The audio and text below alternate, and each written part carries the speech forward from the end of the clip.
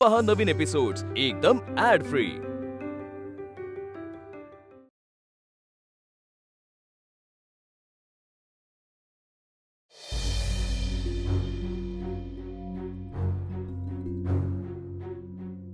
गुरुजी,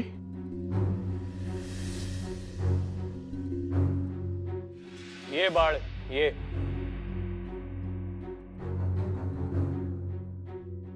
मंदिरात उत्सव सुरू आहे। नरसिंहाचं दर्शन घेऊन आलायस तर दर्शन घेऊनच वर आलोय। छान।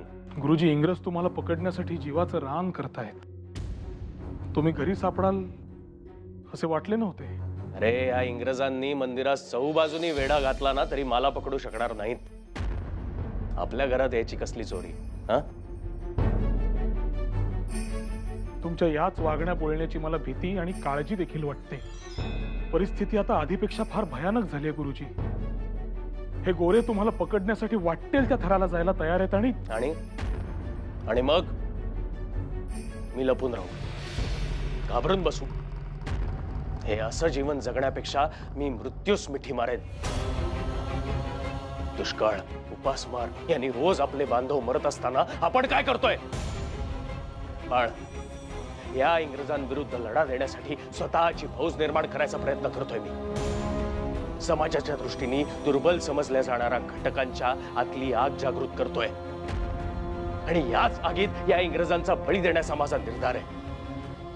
आणि तू काय म्हणतोयस? मी लपून राहू?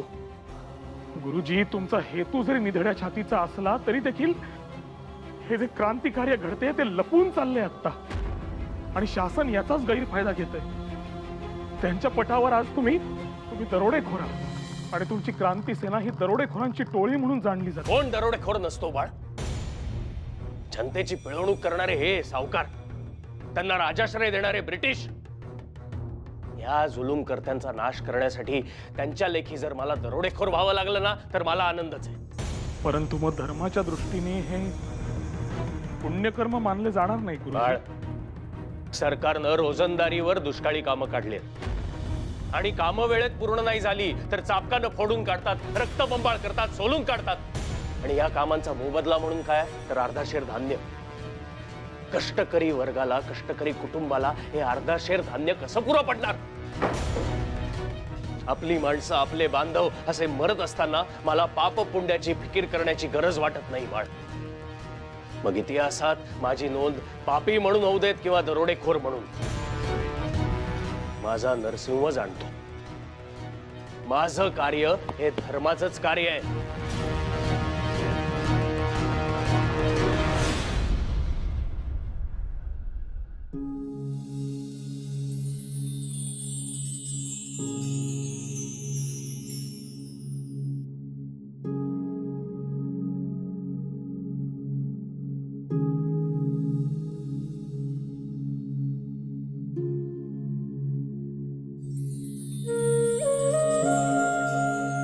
काय हो, काय झालं? असे का उभ्यात? पुस्तक शोधत असताना आईवर लिहिलेली ही कविता सापडली, मातृविलाप। आणि 2 क्षण सारं जग थांबलं माझ्यासाठी। पुन्हा एकदा आईच्या कुशीत जावंसं वाटलं, अगदी लहान बाळ होऊन। खरंच नियती सुद्धा कधी कधी किती क्रूर वागते नाही? मला तर आईची आठवणही नाही तशी। काकूनेच लहानाचं मोठं केलं, पण तरी सुद्धा आईचं असणं जाणवत राहतं अवतीभोवती, तिचा भास होत राहतो। भामे, आई ही एखाद्या सावलीप्रमाणे आपल्या सोबत असतेच। आपण जिथे जाऊ तिथे आपल्या पाठीवरून हात फिरवते, आपल्या नकळत।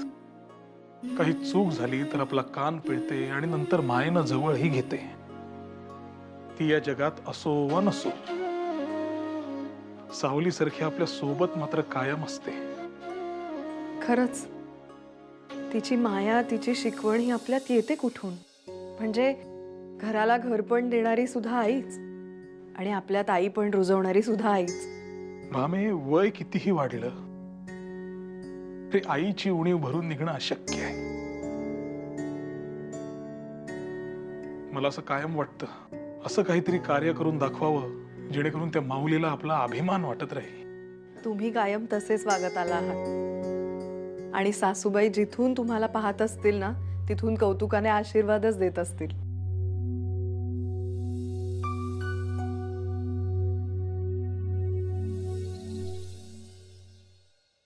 बळवंतराव एवढं निरखून बघताय? परीक्षा जवळ आली ना, त्याच अर्जासंदर्भातची सूचना आहे. अखेरची तारीखही दिली आहे. मी देखील वाचली सूचना. आता सर्वच जुळवाजुळव करावी लागणार आहे. अर्जाचा दर 17 रुपये. काय हो हे अविश्वसनीय आहे. आता शिक्षण देखील ब्रिटिशांचे गुलाम झाले म्हणावे लागेल. ते सांगतील तेच शुल्क. तुम्ही खचून जाऊ नका गोपाळराव. आपण याविषयी जेवताना बोलूया. चला. नाही नाही, तुम्ही जा. तुम्ही जा म्हणजे? आणि तुम्ही? अहो माझं जेवण झालंय, डबाच घेऊन आलोय. माझा यावर विश्वास नाही. तुम्ही सरळ सरळ खोटं बोलताय. मला तुमचे डोळे वाचता येतात गोपाळराव. अहो आता तुम्हाला विश्वास नसेल तर हे बघा, माझ्याकडे डबा आहे. होय, पाहू बरं. अहो नको नको. अहो बघू तर द्या. माझ्या मते तरी हा डबा रिकामा आहे आणि इतका स्वच्छ की कित्येक दिवसात यात कुणी अन्नाचा कण देखील ठेवला नसेल. अहो नाही, तसं नाहीये. माझं खरंच जेवण झालं. मी धुवून ठेवला होता. किती खोटं बोलणार आहात गोपाळराव. ही अशी उपासमार करून काय साध्य होते तुम्हास? आणि भूषण कसले वाटते त्यात? अहो तुम्ही विनाकारण बोल लावून घेऊ नका. आणि उपासमारी कसली? माझं खरंच जेवण झालंय. मी तुमचे काहीही ऐकणार नाहीये. माझ्या घरी ताबडतोब जेवणास चल. नाही नाही, मला इतर काम आहेत. मी तुमची परवानगी मागत नाहीये, तुम्हाला सांगतोय. चला. अहो बळवंतराव, माझं खरंच जेवण झालंय. आणि हे काय, मला ग्रंथालयामध्येच जायचंय. पुस्तके नवीन घ्यायची आहेत ना ती, आणि परीक्षा जवळ आली. तुम्ही जा जा, मी येतो. हा चला. गोपाळराव, मी गोपाळराव.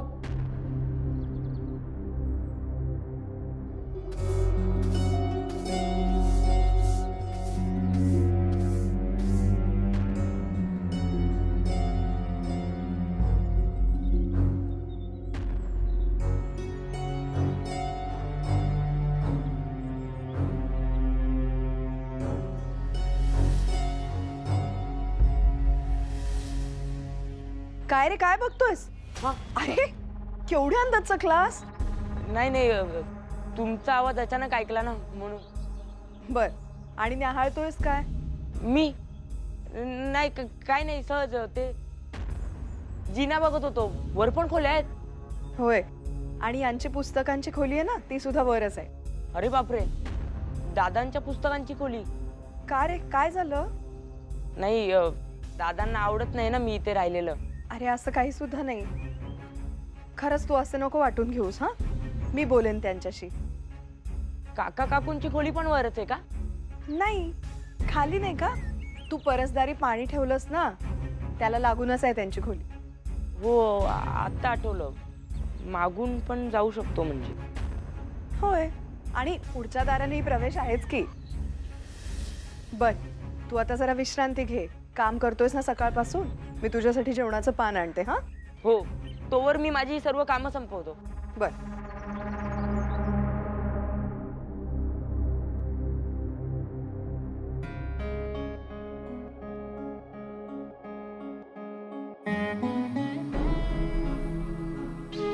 असं म्हणतात, पहिल्या वाफेच्या भातावरचं तूप वितळायच्या अगोदर घास जावा पोटात.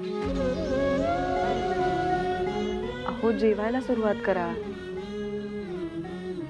डोक्यातल्या विचारांना म्हणावं मागाहून या.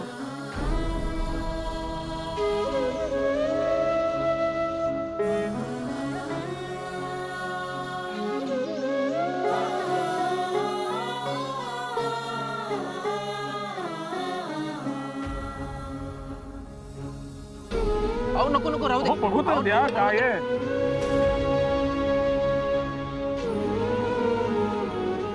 प्रकृती बरी नाही का तुमची? गरगरताय का? छे छे छे, सारे काही क्षेम. आज जरा भात फडफडीतच झाला माझ्या हातून. अंमळ पाणी जरा जास्त पडलं. नेहमीसारखा लागत नसेल ना? हो, उत्तम झालाय स्वयंपाक. अहो, लक्ष कुठं आहे तुमचं? मी विचारलं सुद्धा नाही स्वयंपाक कसा झालाय ते.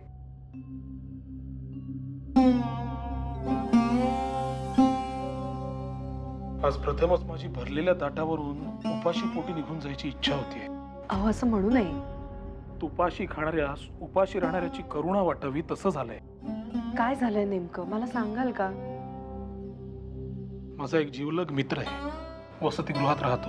त्याच्याकडे ज्ञानाची जेवढी श्रीमंती आहे तितकीच किंबहुना जास्तच दारिद्र्याची उठबस आहे. जेवढी चित्राहुती आपण काढून ठेवतो काही वेळेला तेवढे त्याचे दिवसभराचे जेवण असते. मागे एकदा म्हणाला होता, हाती जेवणाचे ताट नसेल परंतु पुस्तक असतेच, तेच तर माझे खाद्य. आज त्याचा अर्थ लागतोय. कोणाबद्दल बोलताय? गोपाळराव आगरकर. आज त्यांचा रिकामा डबा माझ्या दृष्टीस पडला आणि त्यामागची सत्य कथा जाणवली. भामे, आपण भूक शांत करायला जेवतो आणि काही जणांचे प्राक्तन हे त्या भुकेशी सख्य करण्यातच असते. विदारक हे चित्र. फार खडतर आयुष्य आहे.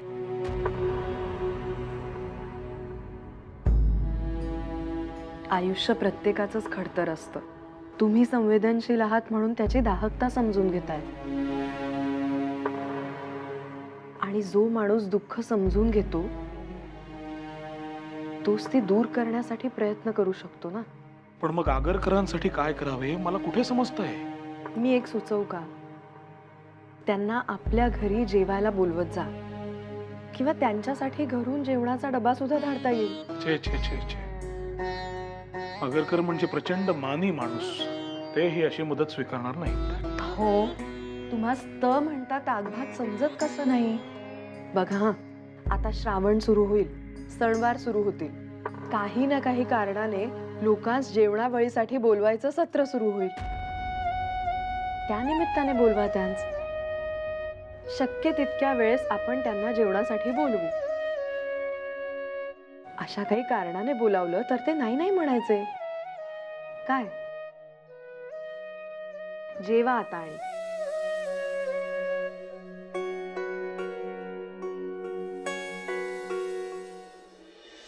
धोंडीबा, ए धोंडीबा, धोंडीबा, गेला कुठे हा? पिशवी दिसत नाही जागेवर याची. भामे, हो? मी जरा शतपावली जाऊन येतो. मामनजी, तुम्ही धोंडीबास पाहिलेत का कुठे? छे, का बरं? नाही, रोज जेवणाच्या वेळेस अगदी दारात उभा असतो. आज मीच आले पान द्यायला, पण दिसत नाही कुठे. दिसत नाही? आश्चर्यच आहे. काही बोलला होता का? नाही हो, त्याचे तर कामच चालले होते आपले. मलाच वाटलं थकला असेल म्हणून पान घेऊन बाहेर आले, तर हा नाहीच कुठे. आणि पिशवी दिसत नाही त्याची. अरे बापरे, आता ह्या प्रहरी कुठे बरं गेला असावा?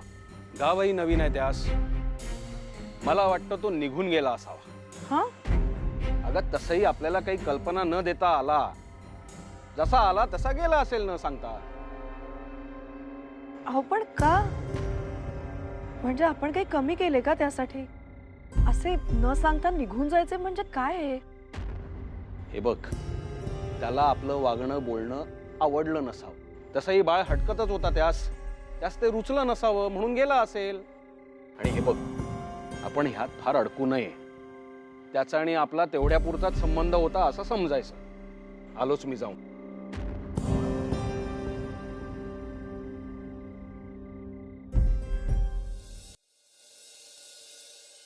तुम्ही आग्रह केलात म्हणून अहोरात्र जागून मी हे पुस्तक वाचले, परंतु घोर निराशा झाली. ते झालेच असणार. तुम्ही झोपेमध्ये पुस्तक वाचले असेल म्हणून त्यातला अर्थच समजला नसेल तुम्हाला. नाही नाही नाही, तसे नव्हे. केवळ परकीय, फक्त पाश्चात्य संस्कृती किती महान आहे, त्यांचा इतिहास कसा महान आहे, या कहाण्या सांगितलेल्या आहेत याच्यामध्ये. आपल्याकडे काही इतिहास नाही. आपण त्या पाश्चात्य संस्कृतीचे विनाकारण कौतुक करणे थांबवले पाहिजे. हो, पण मुळात मुद्दा तो नाहीच आहे टिळक. इतिहास श्रेष्ठ आहे किंवा नाही याही पेक्षा जुन्या चुका मान्य करून त्या सुधारून पाश्चात्य देश कसे पुढे जात आहेत याबद्दल म्हणले आहे. हे पहा, आम्ही कसे वागावे हे कोणी आम्हाला सांगू नये. परकीयांनी तर नाहीच नाही. समजले? आता तुम्ही आमच्याकडे जेवायला चला आत्ता. हे काय मध्येच? मध्येच नव्हे, माझ्या काकूसनी माझ्या मंडळीस मी शब्द दिलाय तुम्हाला घेऊन येईनच म्हणून. आणि आपल्याकडे औचित्य एक का असते. आज अमुक वार, उद्या तमुक व्रत, मग परवा आणखी काही पूजा, हे असतेच चालू. आणि आपल्या ताटात पक्वान्नांचे जेवण. नाही, तसे असेल होत, पण काय की माझा संबंध तसा या प्रांताशी न्यूनच आहे म्हणा. असू द्या. आज आमच्याकडे लघुरुद्र झालंय. आमच्या मंडळींनी चांगला नैवेद्याचा स्वयंपाक केलाय, पुरणाच्या पोळ्या केल्या. त्यांच्या हातचा स्वयंपाक चाखून तर बघा, आणि मग तुम्हाला समजेल मी त्यांचे एवढे कौतुक का करतो ते. नाही, तुम्ही अगदी आग्रहाचं आमंत्रण केलंय त्याबद्दल मी खरंच आभारी आहे तुमचा. पण मला क्षमा करा, मी हे नाही स्वीकारू शकत. आगरकर, मी माझ्या काकूसनी बायकोस शब्द दिलाय की तुम्हास घेऊन येईनच. आता माझा शब्द तुम्ही खाली पडू देणार आहात का? टिळक, हा कसला बालहट्ट आहे? बालहट्ट समजा हवे तर, परंतु त्या दोघींनी मला ठणकावून सांगितलेले आहे, जर तुम्हास घेऊन आलो नाही तर मला देखील उपाशी राहावे लागेल. आता तुमच्यासारखेच मीही उपाशी राहिलो तर तुम्हास पाप लागेल, एवढे लक्ष. अहो, हे पाप पुण्याचे हिशोब मांडणं बाजूला ठेवा तुम्ही. माझं ऐका, तुम्ही खरंच भोजन करून या, मी थांबतो इथे.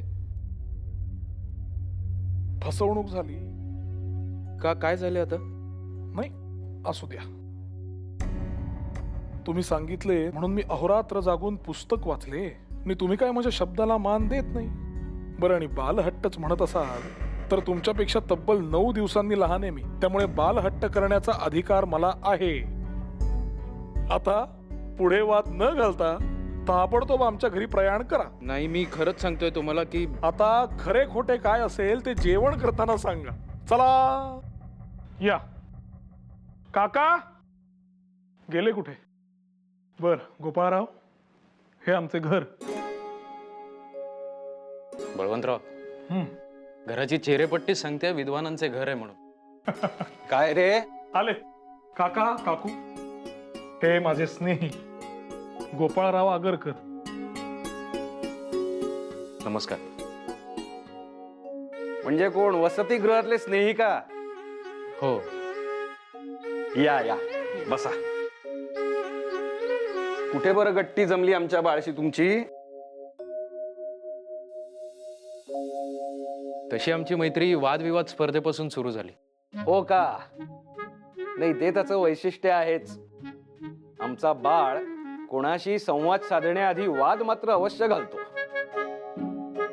नाही नाही काका, हे गोपाळराव म्हणजे फार विद्वान. बरं, ते ज्या स्पर्धेचा उल्लेख करताय त्यात त्यांनी मला हरवले, आणि मग मला समजले की. काय सांगता? तुम्ही आमच्या बाळाला वादविवादात गप्प केले म्हणजे खात्रीने तुम्ही विद्वान असणार, यात शंका नाही. पाणी. सत्यभामा आमची मंडळी. अहो, आपण बसा ना. उभे का? आपण पाहुणे. तुम्ही पाणी आणून दिलं त्याचा मान तुम्हाला द्यायला हवा. बसा बसा गोपाळराव. एक सांगू का? आम्ही यांना इतकी वर्ष ओळखतोय, पण कुणासाठी इतकं व्यथित झालेलं यांना कधीही पाहिलं नव्हतं. आमची जितकी काळजी नसते यांच तितकी तुमची असते. म्हणून तीच मला म्हणाली, एकदा आगरकर बुवांना घरी जेवायला घेऊनच या. आमच्या कुंकवाचे लक्ष विचलित करणारे स्नेही आहेत तरी कोणते बघू द्या. तसे असेल तर क्षमा करा वहिनी. या अपराधाची तुम्ही द्याल ती शिक्षा भोगायला हा स्नेही तयार आहे. खरं तर आम्ही दोघं म्हणजे विस्तव आणि पाणी एकमेकांच्या अगदी विरुद्ध होतो, परंतु एकमेकांवाचून करमत नाही आम्हाला. हो का? मग आता तुमच्या मैत्रीची शिक्षा जेवताना तुम्हाला आग्रह करून भोगायच लावतो. चला या. तुम्ही पुढे वा गोपाळराव, मी येतो. भामे, बरे केलेस त्यांना जेवायला बोलावलेस ते. आता कितीतरी दिवसांनी सन्मानानं घरचे जेवतील, तेही पोटभर. अहो, इतकी विद्वान शालीन व्यक्ती, माणूसपणाची जाण आहे त्यांचं. दुर्मिळ असतात अशी माणसं. दुर्मिळ तर ते आहेतच, आणि ते म्हणाले तेही योग्यच. आमच्यात वारंवार वाद होत असतात, कधी खेळीमेळीत, कधी रागात. आणि मी ओळखते तुम्हाला. तुम्हा दोघांमध्ये विस्तव तुम्हीच आहात. म्हणजे कलह काय मीच करतो का? असू दे. परंतु शेवटी जिंकते ती आमची मैत्री. तेच, ती मैत्री तेवढी जपून ठेवा.